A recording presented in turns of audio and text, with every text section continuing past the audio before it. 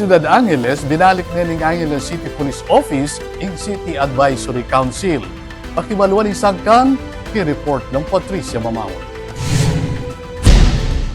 Pasibayo ning dinyayan ning Angeles City Police Office o ACPO, ing City Advisory Group for Police Transformation and Development bilang parti ning pamanyulong king institutionalization stage ning Performance Governance System o PGS. Gewang meeting king ACPO Conference Hall, Camp Tomas Pepito, king Santo Domingo, Ciudad Angeles, at egunan dareng opisyalis, station commanders, unit heads at frontline personnel bang suryan ing progreso at isadya lareng tutuking takbang para king mas masaleseng serbisyong pampulisya. Kayagnanan niti, genapan mo naman ng renewal of oath ceremony para karing miyembro ng AGPTD bilang pamagpatibe ng karelang suporta king reforma king pulisya at pamagpasikan king tiwala ning komunidad. Penimuna ng City Director Police Lieutenant Colonel Joselito Villarosa Jr.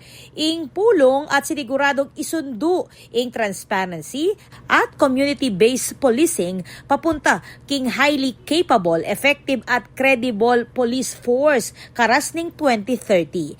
Ako po, Patricia Mamangon para king News Force Pampanga. Balitang tutuking Balen, susuyo.